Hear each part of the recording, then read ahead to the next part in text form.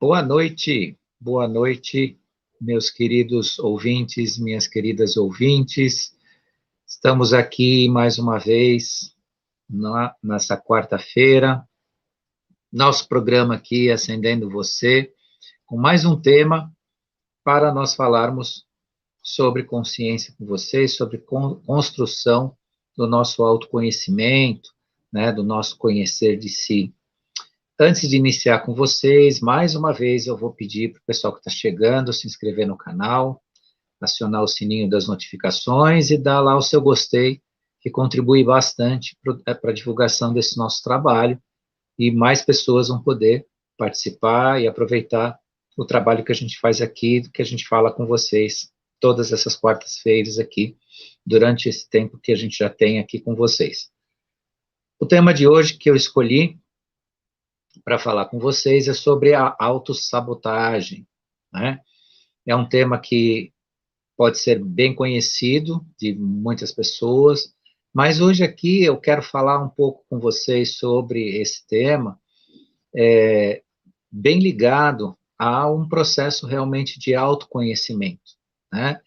Porque a autossabotagem, ela é estudada pela psicologia ortodoxa aí, os psicólogos, né, conhecem bastante isso, tratam disso, ajudam as pessoas, né, a conhecer esse processo se ele acontecer, mas no processo de autoconhecimento, a autossabotagem, ela pode se operar de uma forma bastante crítica, vou chamar assim, ou bastante, vou jogar, aí eu jogo aspas, né, importante no sentido de atrapalhar, né, o nosso autoencontro, né, o nosso ver de si de verdade, que é um conhecer de si. Como é que isso se opera, ou que pode, né, acontecer dentro da realidade de cada um de nós? A autossabotagem, ela pode acontecer no processo da construção da consciência, de forma a nós evitarmos, né, a sinceridade consigo. Aqui eu não vou nem levantar a questão da honestidade. A gente sempre fala que para que você se conheça, para que você construa o seu eu, deverá haver honestidade. Isso já é um pressuposto que a gente tem dentro desse trabalho. Tenho certeza que 100% das pessoas que escutam aqui a gente, que participam, que acompanham, fazem comentários, têm esse elemento de honestidade consigo mesmo, que não é nem a honestidade que a gente tem com a vida, ou com os nossos pares, é a honestidade consigo mesmo, ou seja, eu não mentir para mim mesmo. Entretanto, né, além dessa honestidade natural na construção do nosso eu, há de ser também necessário haver uma sinceridade consigo mesmo, né, porque por vezes as pessoas lutam sim, né, a construção de si não é algo que vem, né, de uma forma totalmente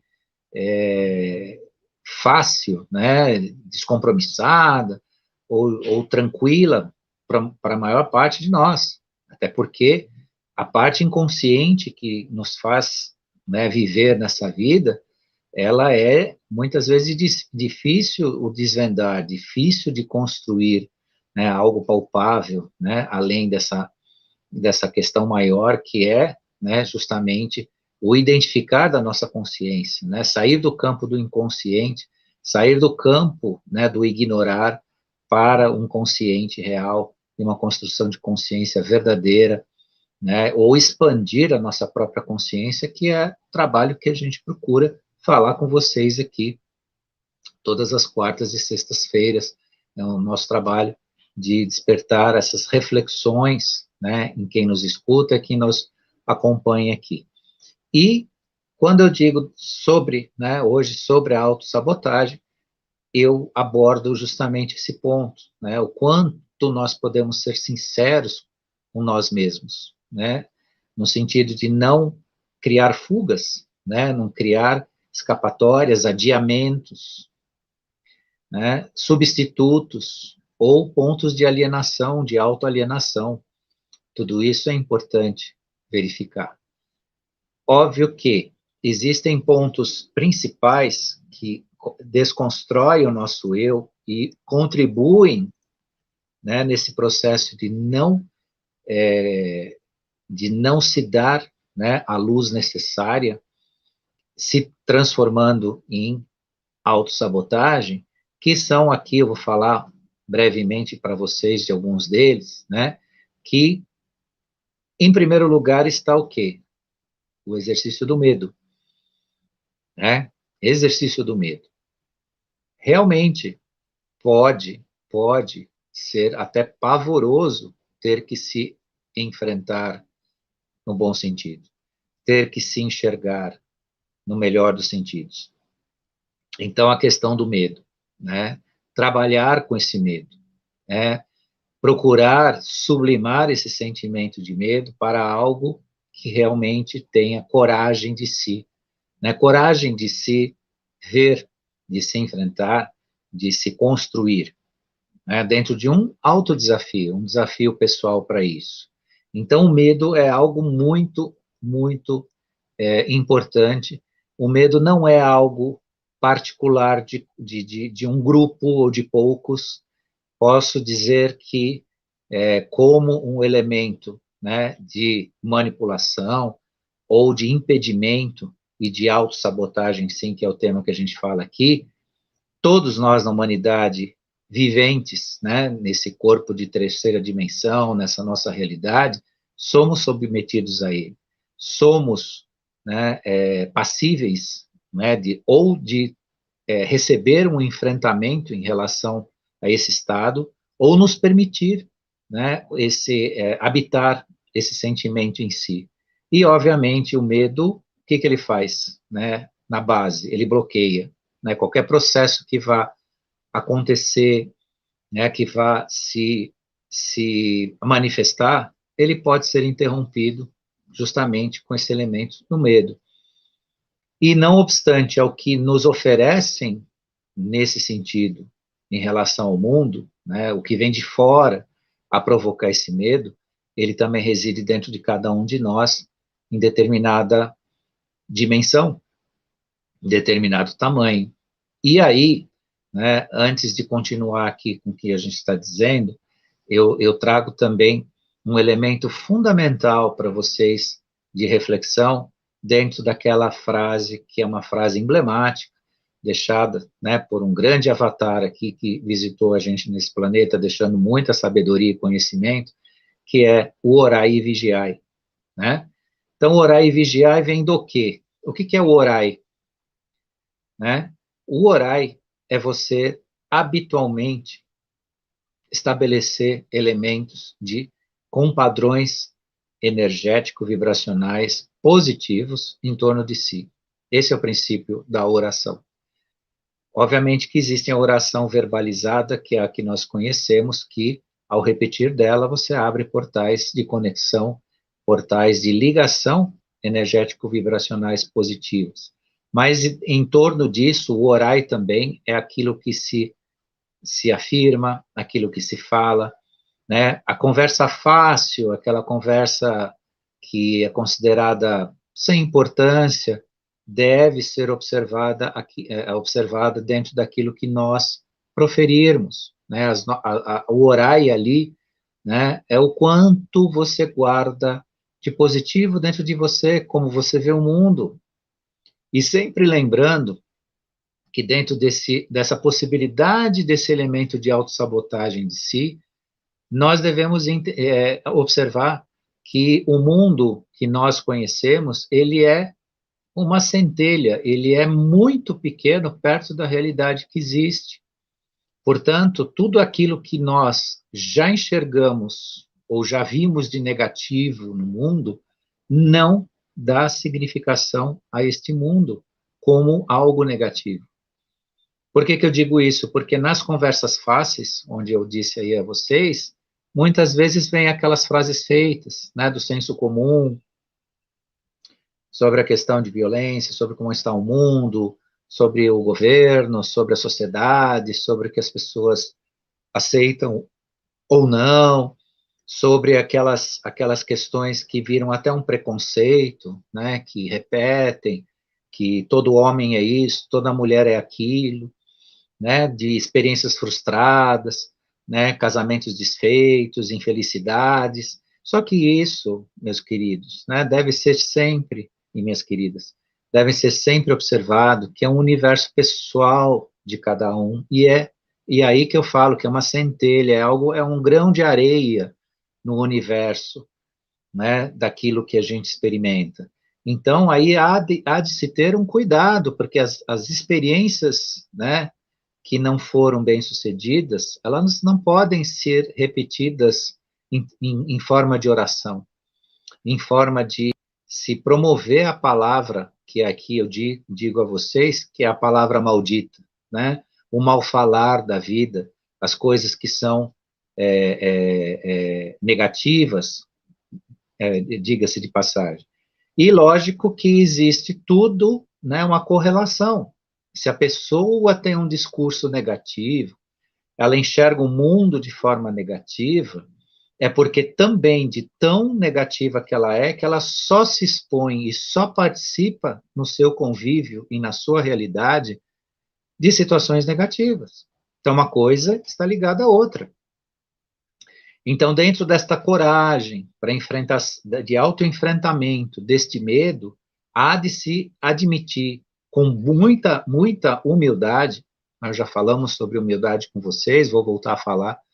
Dia desses aí, nós vamos voltar a falar, porque é maravilhoso esse tema para reflexão, mas há de ter uma boa dose, ou talvez uma dose completa de humildade, para reconhecer, né, que se há numa relação aí, né, de percepções, algo negativo, foi porque nós nos colocamos nesse ambiente, nós nos ligamos a esse negativo. Nós fomos buscar isso de alguma forma. E o repetir disso vai repetir outras situações da mesma ordem, né, do mesmo peso, e aí, né, volto mais uma vez, né, a coragem para enfrentar, né, essa admissibilidade. Então, a primeira coisa em relação a combater o medo de si, né, de ver a si, é esse reconhecimento, é verificar em si, bom, onde eu estou, como eu estou lidando com a minha própria vida, como é que eu estou encarando a vida. Ah, não deu certo o meu relacionamento. O seu relacionamento não deu certo por alguma razão, mas isso não compõe a realidade, a verdade, né? A realidade nós fazemos, né? Mas isso não compõe a verdade da vida. Portanto, o evitar do repetir as autofrustrações é uma forma de evitar a autossabotagem. Porque ficar no campo da frustração, né, do negativo, é uma das grandes formas de se sabotar, impedir o seu próprio desenvolvimento. Outra questão interessante, né, que é um desdobramento daquilo que nós estamos falando aqui, né? Estamos falando em relação à autossabotagem, lidar com o medo, né, utilizar o elemento da coragem, né, do se ver em si, da humildade. E outra questão também interessante, e essa é bastante determinante para a autossabotagem, é a culpa, né? A culpa. As pessoas, invariavelmente, quando não lidam, né, com seus processos, com algo que não satisfez as expectativas, muitas vezes constroem em si, né, por via desses pensamentos negativos, também, né, a construção de uma atitude de se autoculpar, né, de se autoculpar. E dentro dessa questão da culpa, né, vem o quê? Vitimismo, né? A pessoa entender que algo que não satisfez a expectativa, não completou um ciclo satisfatório, né, não apesar de ser, né, aquela vontade de se culpar, também projetar para fora de si a responsabilidade, né, dentro desse binômio culpa, né, e vitimismo, onde os dois, muitas vezes, funcionam reciprocamente, né? A pessoa se julga o tempo todo. Há muitos relatos que os umbrais estão cheios de pessoas que têm autoculpa, e são verdadeiras prisões. A autoculpa é uma verdadeira prisão, porque a pessoa não consegue lidar, né, com o seu processo pessoal, com a sua transmutação de atitude e energia, então ela se prende a essa atitude de culpa, né? E há aspectos também que desdobram nessa autossabotagem. O que, que acontece nesse processo? Pessoas que trabalham essa autossabotagem não conseguem relaxar. Não conseguem relaxar. Nem nos seus momentos de descanso.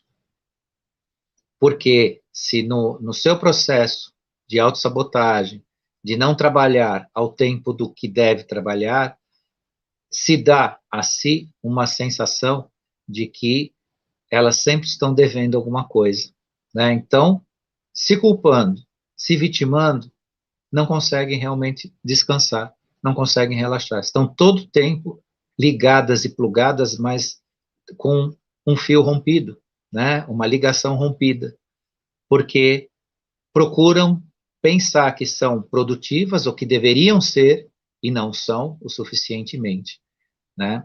Ou então constroem aquele ambiente que a gente conhece, que muita gente faz, né? Que é agitada, né? Não tem tempo para nada, você não consegue acessar a pessoa, e a pessoa é totalmente improdutiva, ela não tem nenhum tipo de resultado importante na vida, nem para ela, nem para ninguém. Mas você não consegue, né? Você não consegue que ela se comprometa com nada, que ela participe, às vezes até sabe, sair para almoçar junto, fazer alguma coisa junto, a pessoa nunca está disponível, né? Ela sempre tem algo, né, que se torna um impeditivo.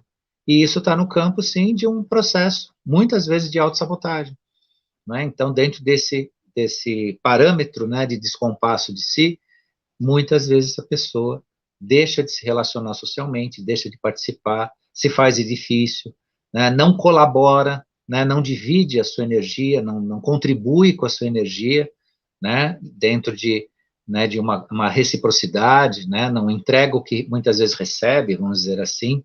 Muitas vezes ela recebe afeto, ela recebe carinho, ela recebe a aproximação das pessoas, mas ela não dá a mesma coisa, por conta desses processos internos que são perigosos, né, e fazem com que o ser humano desvie, né, do seu maior propósito.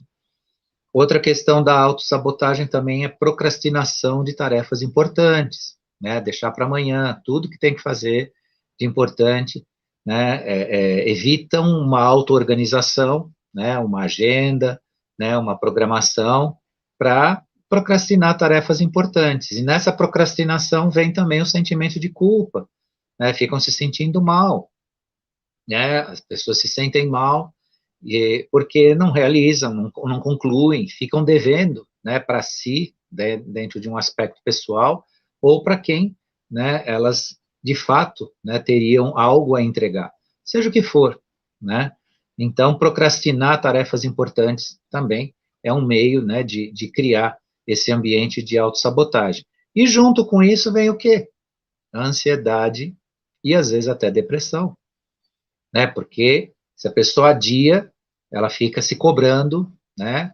Fica ansiosa, causa estresse, causa nervosismo, muitas vezes a pessoa fica tensa, muitas vezes a pessoa se torna até a certo ponto, não digo agressiva a ponto de agredir alguém, mas agressiva no sentido de ser uma pessoa nervosa, uma pessoa tensa, porque ela de fato ela está se cobrando, né? Ela está buscando nela o resultado que ela não consegue entregar por essa sabotagem de si, né? E num grau mais complicado pode vir a depressão, que aí é a entrega total em relação a si mesma. Aí a pessoa realmente entra num processo complicado que muitas vezes ele se desdobra nesse processo depressivo e aí a coisa, né, pode se complicar ainda mais. Outra questão é relacionado, né, ainda com a questão da culpa, né, que é a crítica de si o tempo todo. até mesmo para criar uma fuga de uma percepção externa, então elas fazem críticas de si mesmo o tempo todo, né? Para quê? Para que isso não possa vir do lado de fora. Agora, dentro desse processo de autoconhecimento, eu convido vocês à seguinte reflexão: uma coisa é a crítica de si o tempo todo, a outra coisa é uma análise crítica de si, que isso é muito diferente. Qual que é a diferença entre se criticar o tempo todo e ter uma análise crítica de si? Análise crítica não significa que você vai se culpar, ou se criticar, ou se colocar, né, numa atitude pessoal, né, de se colocar defeitos. Análise crítica, que significa isso? Análise crítica significa que você observa atentamente as suas atitudes, os seus resultados e o que você está fazendo. Isso é, de fato, uma análise crítica. Isso se faz até no mundo corporativo, quando você desenvolve sistemas de qualidade dentro de empresas, né, de processos produtivos, de processos de serviços, de atendimento.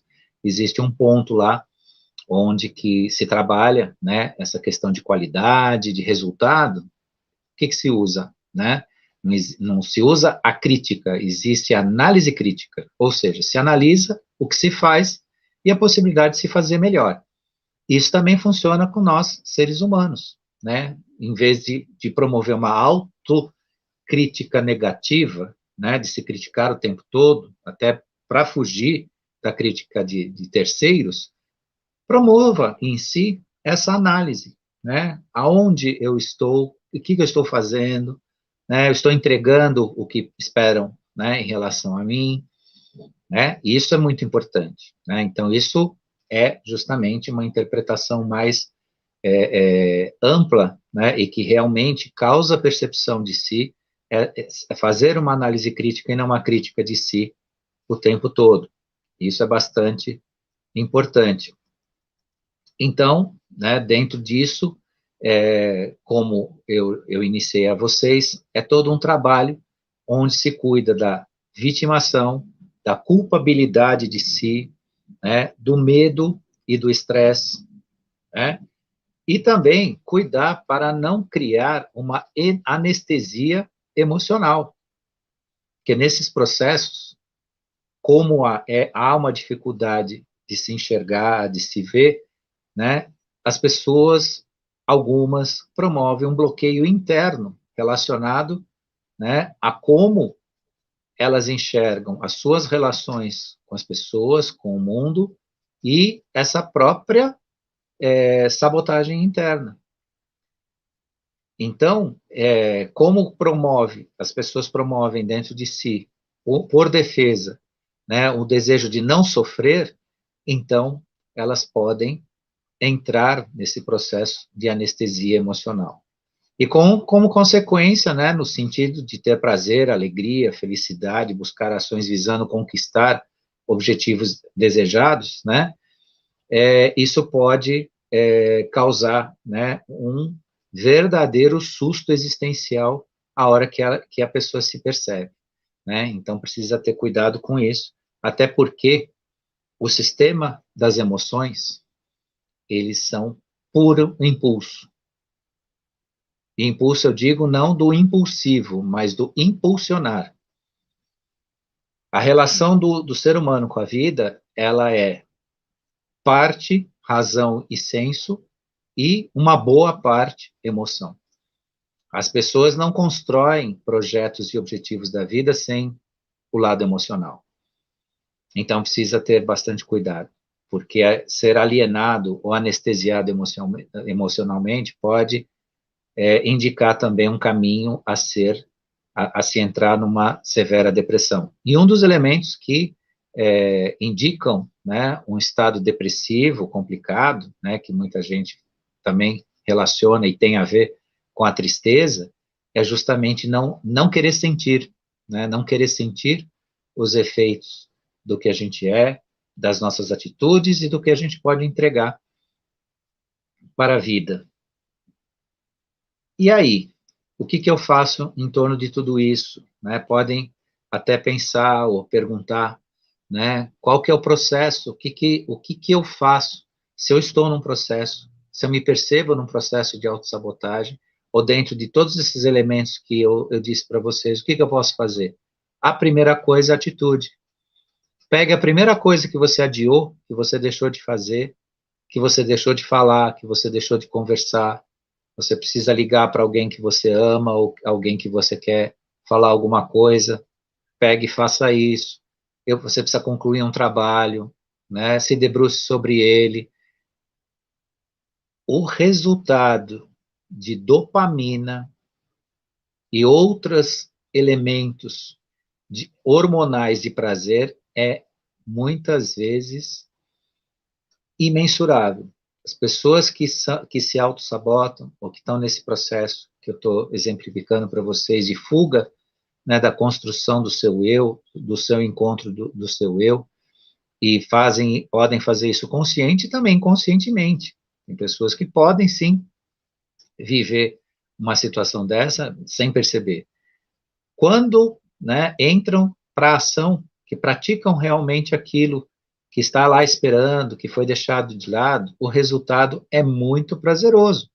É quase como se você tivesse feito uma academia, você tivesse comido um prato muito da sua preferência, muito saboroso. O resultado, né? E isso eu não preciso dizer para a maioria de que me escuta aqui, porque a maioria sabe disso, a maioria das pessoas, inclusive, sabe. Mas é importante lembrar, né, que quando a gente faz aquilo que estava, né, estava parado, estava emperrado, né, estava meio que guardado na geladeira da vida aí, no armário, né, aquilo que não, e você vai lá, pega, enfrenta a questão, né, de frente, né, procura soluções, né, procura concretizar, procura encerrar aquilo, o resultado é fantástico, né? Isso a gente sabe e, obviamente, que os elementos, né, que nos dão satisfação de resultado são maravilhosos. Então, é um ponto também bastante interessante que está ligado não só, né, esse desabrochar, né, esse permitir a nossa autoconstrução, a nossa expansão de consciência, mas também de resultado de vida, né, como pessoas, como ser humano que sente, né, e dentro desse campo das emoções que eu falei para vocês. Então, todos merecem, né, sair desse medo, né, pessoal que a gente tem, né, do viver ou das coisas acontecer, sair do campo do negativo, observar tudo isso que eu falei para vocês hoje com carinho, né, dentro de si, que é o meio, né, que a gente tem de lidar com a vida de forma, né, a construir, a criar um ambiente realmente de desenvolvimento, um ambiente em que você, ou cada um de nós, cada vez vai se conhecendo melhor, né, atingindo, né, o projeto que a gente tem, né, de construção de consciência, de percepção da vida verdadeira que nós vivemos, e não apenas das nossas realidades, que são construídas dentro das nossas visões. Quanto mais claras forem as nossas visões, mais estaremos dentro da verdade, mais livres, né, mais conscientes e mais sábios, né, estaremos dentro do nosso processo de transformação. Estou aqui no meu praticamente minutinho final aqui com vocês. Eu espero que tudo que a gente falou hoje aqui sirva para uma grande reflexão para todos vocês. Na próxima quarta-feira estaremos aqui de volta, né? Quero deixar aqui minha gratidão à coordenação aí da TV Crom, que, né, permite que o canal funcione aqui nesse programa toda quarta-feira com vocês. Quero agradecer quem esteve aqui ao vivo e quem ainda vai assistir esse programa. E na próxima quarta-feira estaremos aí de novo nesse horário falando de um tema para reflexão para vocês. Então, gratidão a todos, uma boa noite e até a próxima quarta-feira.